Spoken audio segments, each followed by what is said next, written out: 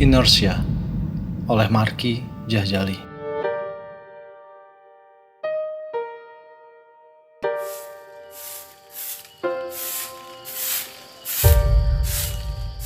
Evan masih saja menyapu dedaunan kering yang sudah menyesaki halaman depan rumah pamannya bagaikan tumpukan permadani tebal.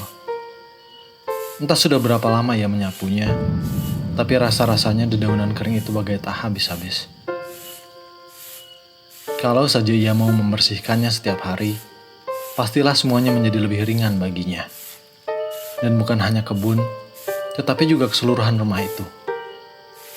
Padahal Evan sengaja diminta paman dan bibinya untuk menjaga dan merawat rumah mereka selama mereka pergi haji. Tapi begitulah Evan. Ia selalu saja menunda segala sesuatu yang seharusnya ia segerakan. Bahkan perihal kuliah tingkat akhirnya dan segala urusan penting lainnya pun, selama masih dapat ia tunda, maka ia pasti akan menundanya. Hingga akhirnya, keadaan memaksanya untuk menyelesaikannya. Kebiasaannya inilah yang pada akhirnya membuat hidupnya pun tertunda. Evan mungkin menyadari konsekuensi dari sifat buruknya itu. Tapi sampai saat ini, sepertinya ia masih dapat memalingkan muka dari semua itu. Hari hampir gelap. Ia cukupkan pekerjaannya sampai di situ untuk hari ini. Evan lantas menyeborkan minyak tanah pada gundukan dedaunan mati yang telah ia kumpulkan membukit. Kemudian ia sulut dengan api. Evan duduk di bawah pohon beringin tua yang menaungi taman, mengamati bakaran dedaunan kering itu sambil menyalakan rokoknya. Ketika api semakin besar, seketika warna jingga gelap memulasi taman, muka rumah, dan sekelilingnya, termasuk diri Evan sendiri. Evan pun merasakan radiasinya yang menghangatkannya dari udara yang mulai terasa dingin seiring bergantinya hari. Rumah pamannya terletak di dataran yang lebih tinggi dan terpisah dari pemukiman desa. Untungnya listrik masih mencapai rumah itu. Jika tidak, Evan tidak tahu lagi bagaimana dapat membuat dirinya kerasan di situ. Meskipun sebetulnya sudah sejak kecil ia tinggal di sana, tapi ketika ia mulai berkuliah dan tinggal kos di kota kecil dekat desa itu, ia mulai merasa jenuh jika harus berlama-lama berada di rumah pamannya itu. Terlebih karena ia sudah tidak lagi berhubungan dengan kekasihnya, seorang gadis desa itu. Mulanya setiap minggu ia selalu rutin pulang, tapi kemudian 2 minggu sekali, hingga akhirnya hanya sebulan sekali. Itu pun karena ia kehabisan uang bulanan. Ia lebih memilih untuk bermalas-malasan di kosannya, atau kelayapan bersama kawan-kawannya dibandingkan dengan harus menengok paman dan bibinya di desa itu. Meskipun Evan adalah anak yang sulit, tapi paman dan bibinya selalu berusaha sabar menghadapinya selama ini. Mereka merawat Evan sejak ia berusia 15 tahun. Ketika itu ayahnya pergi menelantarkannya bersama kekasihnya yang pada akhirnya menjadi istri barunya. Sementara ibunya meninggal ketika ia melahirkan Evan. Kebetulan paman dan bibinya memang tidak memiliki anak, sehingga tidak sulit bagi mereka untuk menganggap Evan sebagai anak mereka sejatinya. Evan berjalan menuju pinggiran tebing di samping halaman. Dari situ ia dapat melihat pemukiman yang lampu-lampunya mulai menyala bersahutan di bawah sana. Dan kali itu, ada sesuatu yang beda dari biasanya. Di lapangan desa, Evan melihat lampu-lampu meriah pasar malam keliling yang juga mulai dinyalakan. Seketika ia pun berpikir untuk turun mengunjungi karnaval itu. Evan menengok ke ufuk barat di mana matahari senja mulai tenggelam. Di langit yang semakin meremang itu, kawanan burung-burung terbang bersamaan ke sana kemari sebelum semua kembali ke sarang masing-masing. Evan kembali mendekati unggun dedaunannya yang apinya mulai mengerdil. Ia menghisap rokoknya sekali lagi sebelum ia menjentikannya berputar-putar di udara dan jatuh ke tumpukan bakaran itu. Ia lalu masuk ke dalam rumah untuk menyalakan lampu-lampunya.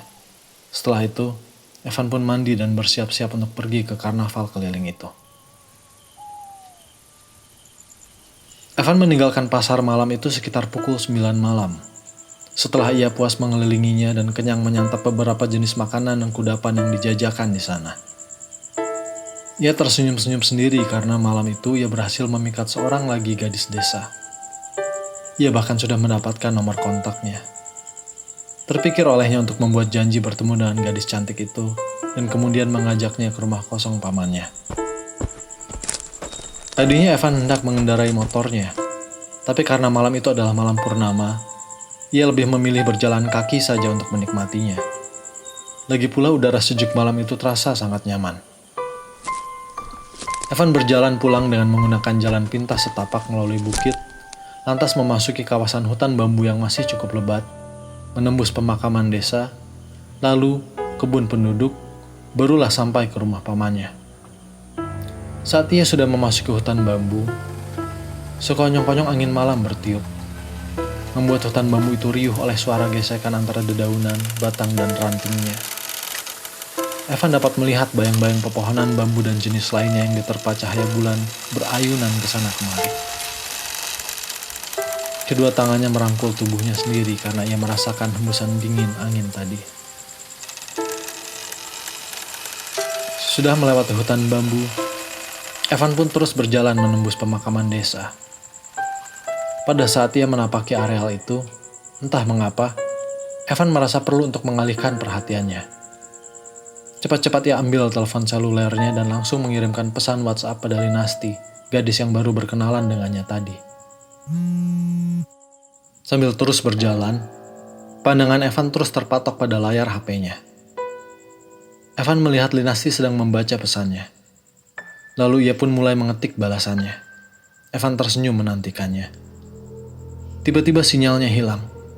Disusul dengan LCD HP-nya yang nyala mati sebelum akhirnya mati total. Evan bingung. Baterai HP-nya seharusnya masih penuh. Ia menekan ulang tombol power HP-nya. Menyala sebentar, lalu langsung mati lagi. Ia mencoba lagi beberapa kali, tapi sama sekali tidak dapat menyala. Dengan kesal, Evan memasukkan kembali HP-nya ke dalam saku kemejanya. Pada saat itulah, semilir bau busuk menusuk hidungnya. Sampai-sampai kakinya berhenti melangkah dan perutnya terasa mual. Perasaan Evan mendadak tidak enak. Sebenarnya Evan sudah sangat terbiasa melewati pemakaman itu, bahkan sejak kecil. Tapi entah mengapa, malam itu terasa lain. Evan meneruskan langkahnya dengan lebih cepat. Setelah beberapa meter terlewati, Evan memberanikan diri menoleh ke belakang untuk menjinakkan keliaran imajinasi dari rasa takutnya. Benar saja, memang tidak ada apa-apa. Dan bau busuk itu sepertinya sudah tertinggal di belakangnya. Mungkin ada bangkai tikus atau musang yang tergeletak di pinggir jalan setapak pemakaman itu. Ia meneruskan langkahnya pulang. Sebelum merasa lega sepenuhnya, Evan tiba-tiba menyadari bahwa suara-suara serangga dan binatang malam di sekitarnya tiba-tiba tak terdengar sama sekali. Seakan-akan semuanya mendadak dibungkam senyap. Yang dapat ia dengar jelas hanyalah debar jantungnya dan sebuah lagi suara lain. Suara yang terdengar seperti sesuatu yang diseret di tanah dan dedaunan kering. Sekali lagi Evan menghentikan langkahnya. Ia mencoba mencari sumber suara yang sekarang terdengar lebih jelas itu. Evan menengok ke arah suara itu, tepatnya di belakangnya. Cahaya terang bulan penuh membuat semuanya menjadi gamblang. Sesosok perempuan dengan rambut kacau dan bertubuh kaku yang berbelit kain kafan pada beberapa bagiannya, perlahan-lahan tapi pasti mendekat ke arahnya. Kakinya mengenjang dan menekuk ke bawah seperti seorang balerina, dengan beberapa bagian jari kaki yang menyeret di tanah. Ia melayang selain dari ujung kakinya itu yang terus menyentuh bumi. Kepalanya yang menunduk, terkadang mengayun kaku ke kiri dan kanannya. Evan berlari sekencang mungkin untuk mencapai rumahnya. Kepalanya tidak dapat memproses apa yang baru saja ia lihat, tetapi instingnya dengan jelas meneriakinya untuk berlari menyelamatkan dirinya. Begitu ia mencapai rumah pamannya, spontan Evan melompati pagar halaman depan yang memang hanya setinggi 90 cm-an itu. Ia berlari ke pintu depan untuk membuka kuncinya. Tangannya terasa sangat dingin dan gemetar hebat. Evan berusaha memasukkan anak kunci ke dalam lubang kunci pintu depan, tapi tidak juga berhasil karena ia begitu panik. Ia terus mencoba sambil sesekali menengok ke belakangnya. Ia menahan nafas dan mencobanya sekali lagi. Kali itu, ia pun berhasil. Evan langsung masuk ke dalam rumah, membanting rapat pintu depan dan menguncinya 2 kali. Dengan nafas terengah-engah ia menyibakkan tepian horden jendela depan untuk mengintip keadaan di luar. Tidak ada apa-apa. Angin malam kembali bertiup, membuat tumbuhan di halaman depan rumahnya bergoyangan. Keringat dingin membasahi seluruh tubuh Evan. Tiba-tiba seluruh lampu di rumah berkedip nyala mati beberapa kali, kemudian mati total. Evan bergegas menuju saklar lampu untuk mencoba menyalakannya sampai beberapa kali, tapi listrik tetap mati. Evan kembali mengintip keluar. Sekarang sosok itu sudah berdiri di depan pagar. Kedua tangan Evan membungkam sendiri mulutnya untuk menahan teriakannya. Evan mengambil HP-nya untuk meminta pertolongan pada teman-temannya di desa itu, tapi HP-nya masih juga tidak dapat aktif. Evan dapat mendengar suara pagar yang dibentur-benturkan. Ia langsung melongok keluar lagi. Sosok perempuan itu sepertinya terhalang oleh pagar sehingga ia tidak dapat masuk. Ia menabraki pintu pagar dengan tubuhnya, memaksa masuk, tetapi pagar itu tidak juga dapat terbuka. Evan tidak dapat mempercayai apa yang ada di hadapannya itu. Sosok itu terlihat seperti mayat yang sudah gelap membusuk dan bertubuh kaku. Pergerakan tubuhnya yang ganjil mengingatkan Evan pada sebuah pertunjukan boneka marionet yang pernah ia lihat di YouTube, di mana boneka-boneka kayunya tergantung pada benang-benang kuat dan digerakkan oleh dalangnya dari atas. Sosok itu pun tampak persis seperti itu. Benda mati keras yang sedang digerakkan oleh gaya-gaya tak terlihat di sekeliling tubuhnya. Kepala perempuan itu mendongak ke atas, sehingga Evan dapat melihat wajahnya lebih jelas. Kedua biji matanya tampaknya sudah habis disantap serangga di dalam tanah sana. Evan mendadak tidak dapat bernafas. Dengan berat, tangan kiri perempuan itu diangkat ke depan, menunjuk ke arah Evan. Evan ketakutan bukan main. Ia membuka laci dan lemari di ruang tamu dengan liar dan meraba-raba acak untuk menemukan senter pamannya. Setelah menemukannya, ia segera menyalakannya untuk mencari sesuatu yang dapat ia jadikan sebagai senjata. Ditumpukan barang-barang lama dalam lemari, Evan berhasil menemukan sebuah tongkat kasti lama milik pamannya. Ia segera mengambilnya, lalu kembali mengintip dari balik horden jendela depan. Sosok itu sudah tidak di situ lagi. Pintu pagar terbuka lebar. Mata Evan membelalak panik. Sebelum ia sempat berpikir apapun, tubuh perempuan itu menabrak pintu depan dengan keras. Evan melompat kaget ke belakang.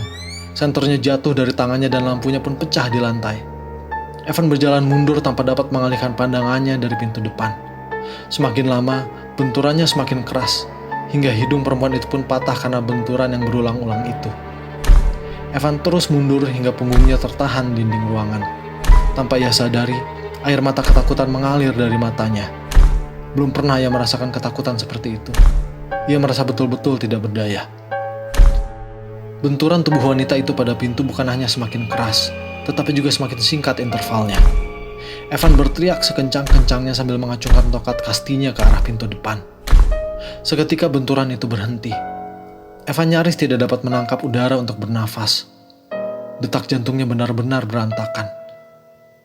Cahaya bulan yang semakin terang membuat siluet tubuh wanita yang melayang perlahan dengan jari-jari kaki yang menyeret di lantai itu terlihat jelas dari balik horden. Setelah sosok itu berada tepat di muka jendela, perlahan-lahan ia berbalik menghadap ke arah Evan. Ia dapat melihat siluet perempuan itu hampir sepenuh tubuhnya, karena panjang jendela depan itu memang hampir sama dengan pintu masuk dan hanya berjarak 15 cm dari lantai. Sosok busuk itu bergeming. Sambil menangis dengan bisikan lemah, Evan memohon-mohon agar sosok itu meninggalkannya. Ia terus mengulang-ulangnya seakan-akan membacakan sebuah mantra. Sepertinya perempuan itu dapat menangkap kata-kata Evan, karena perlahan-lahan ia pun menjauh dari jendela. Terus menjauh, hingga Evan tidak dapat melihatnya lagi. Evan berusaha mengatur nafasnya. Mulutnya yang menganga sejak tadi terasa kering.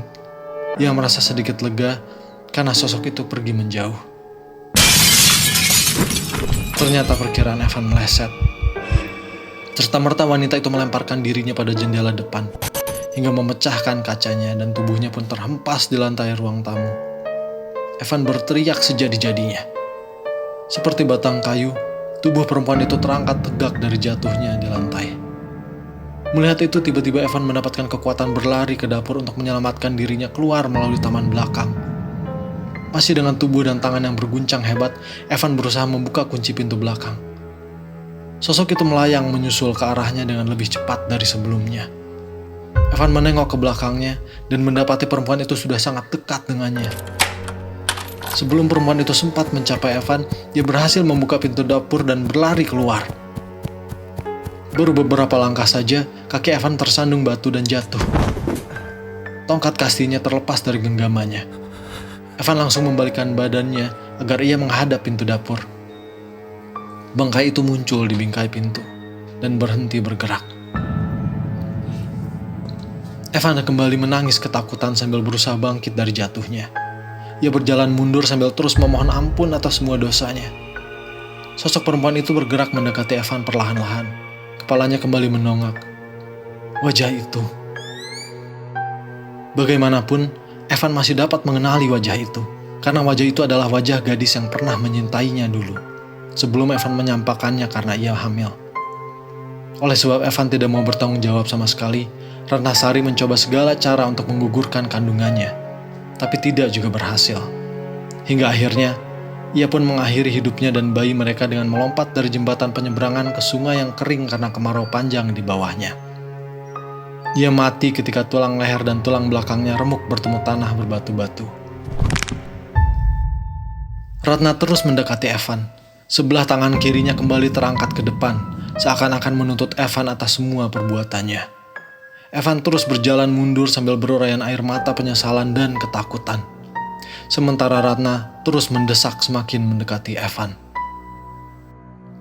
Kalau saja Evan tidak menunda-nunda mengganti kayu penutup sumur yang sudah lapukan itu dengan kayu baru seperti yang diminta oleh pamannya, pastilah tutup sumur itu akan kuat menahan beban tubuh Evan ketika kedua kakinya, tanpa ia sadari, memijaknya. Evan berteriak saat ia terperosok ke dalam sumur yang sudah kering itu. Tulang belakangnya yang patah membuatnya lumpuh di dasar sumur. Kematiannya yang disebabkan dehidrasi tertunda hampir 5 hari kemudian. Karena busuknya, ia pun akhirnya ditemukan oleh paman dan bibinya beberapa hari setelah mereka pulang dari haji. Bibinya jatuh pingsan ketika melihat kondisi tubuh Evan yang sangat mengenaskan. Ratna hanya rela menceritakan segala penderitaannya pada adiknya Ningsih. Ia meminta Ningsih untuk bersumpah merahasiakannya dari siapapun dan sampai kapanpun, terutama dari kedua orang tua mereka.